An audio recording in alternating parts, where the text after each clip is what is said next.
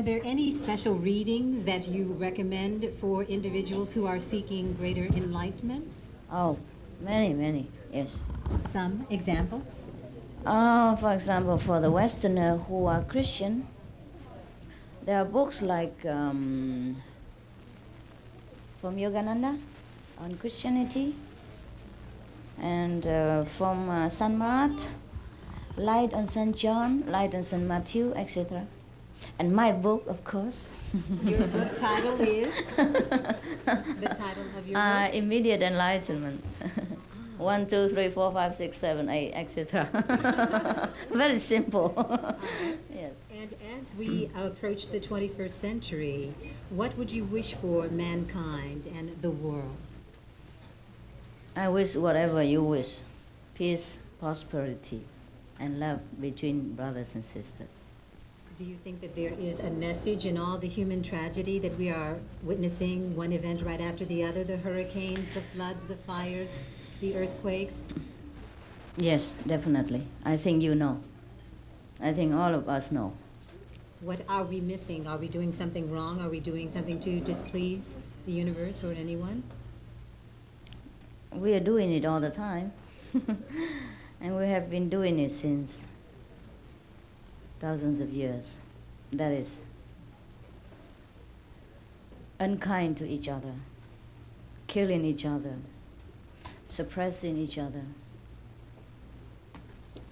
including our younger brothers, sisters, like animals, yeah? I know I will displease many people by saying that, but since you asked me, I have to be absolutely frank. Please, by all means. Yes. You see, anything in the universe will return to where it began, right? Yes. Yes. And in the Bible, since we are in the Western world, in the Bible, it is said that as you sow, so shall you reap. And if we believe in the Bible, we sow too many things that unfortunately will yield undesirable fruit for us. And sometimes it's accumulated in such a great intensity that individual cleansing or purification is insufficient. So there has to be a kind of a great cleansing action, just like disasters, earthquake and fire and flood and hurricane, etc., as you have mentioned. So the only thing to avoid this, to avoid the fruit, is to avoid to sow the seed.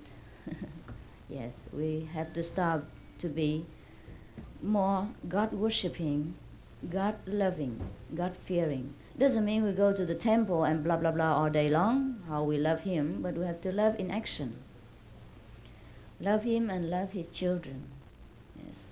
In the Bible, it is said very clearly. I think it's Psalm 78 something. If I'm wrong, please forgive me, because I'm not good at scholarly statement. But it says something like, Who told you to kill all these she goats and he ox to make offering to me? Repent yourself, because your hands is full of innocent blood. If you do not stop all this, then I will never listen to you when you pray, and when you seek me, I will turn my head away. Okay. God doesn't permit us to kill, even to make offering to Him. So much less to kill to satisfy our very temporary physical appearance. So this is the cause of most of our disaster and sickness in this world. Scientifically speaking, we can prove that, since in America, the majority of the people love red meat and they eat a lot, and so the rate of cancer are the number one in the world, compared to other poor countries that they don't have so much meat. The cancer is is very, very, very low, just like nothing, right? Compared to America. Well, that is according to the research of all the doctors and the scientists. Don't scold me. So therefore, you see the connection between the fact and the science and the religious statements. Yeah, I'm not saying that we all have to be Catholic or anything. We just have to be loving, and that's the only religion there is. Is there any way that our faith can assist us in trying to combat, say, diseases such as AIDS and cancer? Is there some strength to be found in your spirituality, in knowing and focusing more on your soul as opposed to your physical temple, your body? Right. Yes, there are ways and means, provided people want to listen. This morning or last night, I kept telling somebody just talked to me about how beneficial they have derived from our meditation practice and my advice, and how their life has changed, and how many sickness have gone away from them. And even if they have sickness, it's reduced into half size or nothing, sometimes instantly. So I thought, yes, it's a pity, and that no one, not many people listen to me. And they say, yes, if they all listen to you, the world would be peaceful long ago. I say, yes, if only they do listen, then no more suffering ever in this world. We will turn into paradise in no time. Do you see there being something special, something unique about you being a female master, about you being so youthful? Why perhaps were you chosen as you are in this particular form to be our living master? I guess this is the will of the Most High, and I cannot do anything about it. I guess we need a change, huh? Always male masters is boring, huh? Yes. We need a change.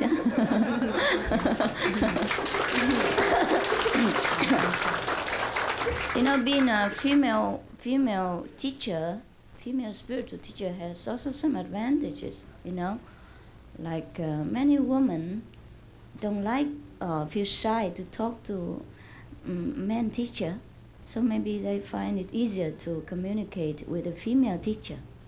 Maybe that's why God has chosen me to do this job.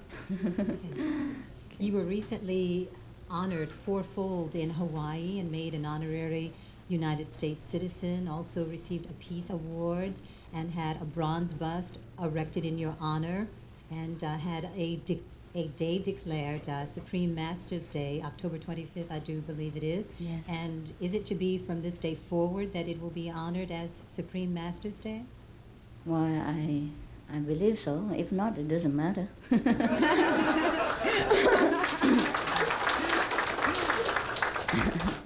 You are about the business then of having every day be a good day for mankind, for people who need help or assistance of some sort? You mean I'm always willing to be there? Yes. Yes, as long as I'm physically fit. Yes. All right. Any day. And where do you proceed from here? You have come through California. You and your followers made a contribution, I believe some $200,000 to the fire victims in California. And earlier this year, you made a contribution of perhaps $100,000 or so to the flood victims of the Midwest. Mm-hmm. As you move now across the United States and out of the United States, where will you go next to offer aid and assistance? Mm-hmm. Oh, we also offer $200,000 for the Veteran Days, for the women. Yes. The day of the women who were recognized. The day of the veteran woman. Yes. Yeah, that was on 11/11 this year. Yes.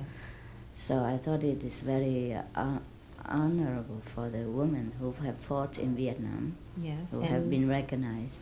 Yes, the nurses from Yeah, the any Vietnam War. yes. They Yeah. are as brave as men, if not braver. Indeed.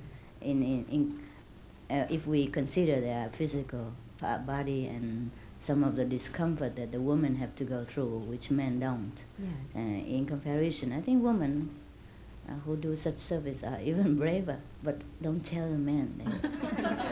We shall. We won't. They will not like me. Oh no, they will. I always speak very fair, that's all. Yes. Do you believe that many of the New Age religions or the so-called New Age religions really have their seat and their foundation in some of, in fact, the ancient Eastern religions? Right. Oh, not necessarily Eastern, Mm-hmm. you know what I mean. Just because people tend to look toward the East as a mystical land. Yes.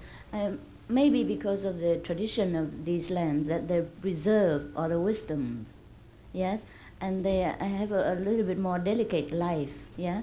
Whereas in the Occident, people are a little bit more hurry, and sometimes they destroy many of the old teaching of the masters. Otherwise, all the teaching, all the religions are the leftover from the real teaching, anyhow. And with our various religions as they are today, why do you believe we've had such a history of so many different religions? What has man through the ages been seeking through religion and philosophy? What is that need that we're seeking to satisfy, or that fear? Yes. Yes, fear is one of the reasons. And another reason is that we innerly are the essence of the Most High. You know, we came from God. Otherwise, where do we come from? You think we come from plant or from the wall or stone? So we must come from God. You know, the Most High, the most intelligent, yeah, the highest consciousness. So that inner, inherent, the latent, I'll say consciousness, keep always seeking itself, despite all the coverage, you know, like dust and position, wealth, fame, and all this worldly knowledge, keep occupying our attention outward, yes? And then the highest consciousness inside always keep seeking, not really seeking, it keep telling you that you are not that. You are not the PhD, you are not this garbage that you accumulate. You are not you're not Mr. So-and-so or Mrs. that and this. You are that, you are the consciousness, you are godlike, you know? Yes, before you came to this world and get a PhD or become Mrs. and Mrs. and have all kind of knowledge and habit that you call yourself, you know, that is another self. And the real self, that is the godlike, that belong to the kingdom of God. This is God children, we call God children. It means we are godlike. Yeah, that the God qualities always keep reminding us that we are not this and that and others. Yeah? Are we supposed to believe then that we are part of that universal and divine God energy? Sure. And intelligence? You're not supposed to believe, you just are. You are. Yeah, and then now you look at what you identify yourself with. And Mrs. So-and-so, and I have so much knowledge, I have so much wealth, and I have such a habit. All this is not you. You know what I mean? You are the one behind all this, and all this is covering us. Therefore, we make us suffering because we identify ourselves with our mistakes, our success, our failure, our this and that and other, and our circumstance that affect us. And we forgot the real super conscious, the supreme inner self, you know, the supreme spirit, which is God, which dwells within us. That's what the Bible says. God dwells within you. That means you are God. Apart from the body, it's God inside, nothing else. Are we closer to our true self when we are children? You were wonderful with the girls up here a while back. Are we Closer. more Yes. godlike as children because we've learned less, or is it when we get older that we take on all those trappings and become too physical and materialistic? You're right, yes. When we are born as children, at least we are cleansed already, partially of the residue from the last lives or whatever existence we had. See? So when we were born, we are nearer to God. We just come directly from the rest place, you know, more peaceful and abundant. So that's why children are more innocent, you see, and they forgive easily. And they have no worries and nothing, yes. But we, the more we come up, the more we grow up, the more we accumulate all these experience, and then we identify ourselves with that, yes. For example, I'm angry. I'm an angry person. I'm a agitating person. I'm a bad temper person. This is not you. It's just you've grown up with all kind of circumstance. It make you like that. And then you think you are like that, and that is the you. It's ridiculous. You know what I mean? When you're born, you're not like that. No. Yes, I'm an alcoholic and I'm that and this and others. It's not true. There is so much crime in the world now, so much one-on-one violence with mankind. What can we do to begin to have a greater respect for ourselves and human life so that we're not killing one another, so that we are not so violent and so cruel to one another? Spreading the love message all the time. Always broadcasting positive. It's better to tell the children that, honey, you just say it in a positive way instead of the negative way, the way we most often do.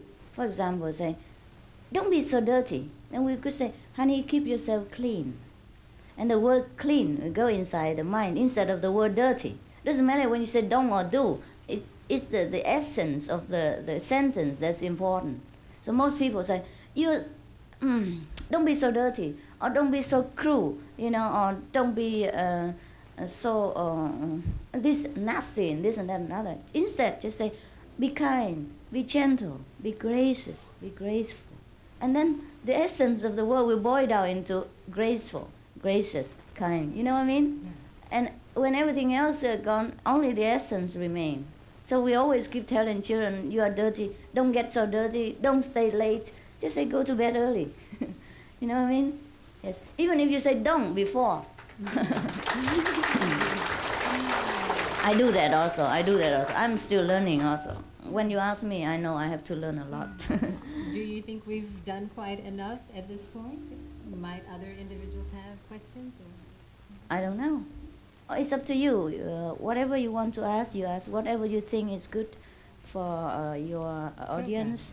Program. You ask. Well, American television and all the messages that it sends, the various media, as a matter of fact, the newspaper, the magazines, the movies, do you think that we have a long way to go in order to reorient ourselves toward a better way of life, a higher spirituality? Yes, we have a long way. But I hope it's not too long. We try our best. You see, everyone has to try. I was thinking on the way back here that, when we met our neighbors, and then I invited him also to come along here, and then we talked to the driver who let me stay in his house, in his wife's house. So I said, why don't you do more party often and get to know your neighbors? Start from individual, That's what I did when I was married to my ex last, Only? The best husband. Yeah, I always made party.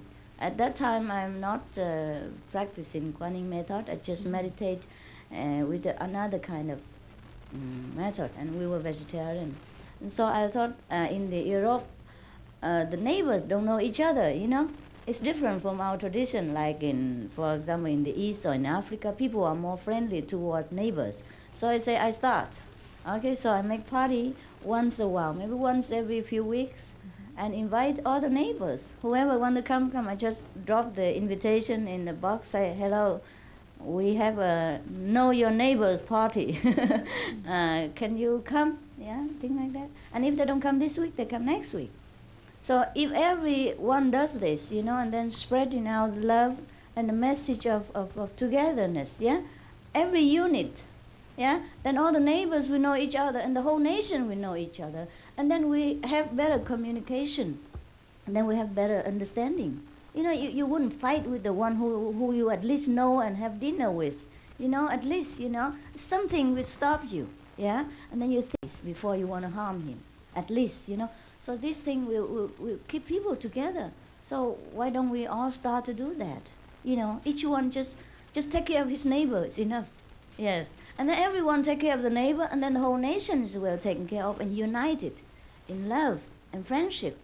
At least you know what I mean. Before we start to talk about heaven and kingdom of God and so enlightenment and anything else, so why don't we just love our neighbor? Very easy, What is immediate enlightenment? I don't know. You don't know? Okay. Enlightenment implied light, you see? So when anyone helps you to see light from heaven immediately, that is called immediate enlightenment. Yes. All right. Yes, and that's what we help people to do. See, people can see light or hear the heavenly music. It means that the message of God, yeah? What it's called, the word in the Bible, yes. And the word was God and the word was with God, remember? Yes, the word, that is what we can hear from God. And at the moment we hear that, it's called the moment of enlightenment, yes? It's difficult to hear that, the word from God, the message from God. It's difficult to see light, but nevertheless, some people see them in deep prayer, in deep sorrow, or in a blackout kind of situation where they contact with the higher world instead of this physical world. But really, yeah? So when you cannot see the light or hear the message of God yourself, and you find somebody who helps you to do it quicker, and that is called the process of seeking the truth, seeking a teacher. And whoever can help you to see the light and hear the sound immediately, that is a so-called spiritual teacher. A friend once told me to never judge a person by their physical appearance and their physical trappings, because amongst us, in our midst, are individuals who are of a higher calling or a higher soul, and that we are daily walking amongst people who are more spiritually advanced than we might ever guess. Yes, they are. All these are very advanced people. Yes. All right, and I recently saw the movie about the tragic life of rock and roll singer Tina Turner, What's Love Got to Do with It? And they opened the movie with a Buddhist saying, which I could only paraphrase now, about the most beautiful lotus flower finds a way to grow through the thickest mud. Yes. Do you believe that there is some merit or something to be said for struggle and suffering and tragedy? Is there goodness to be found in bad? No, I don't believe it. Goodness is never to be found in bad. Of course, for some, okay. Suppose suppose this suffering awaken us, right, and make us realize the ephemeral nature of life and the suffering kind of existence that we have to lead sometimes. Suppose that is good, okay. But it's better that we don't have it altogether. Better that we awaken, that we avoid it altogether by not sowing the suffering seed.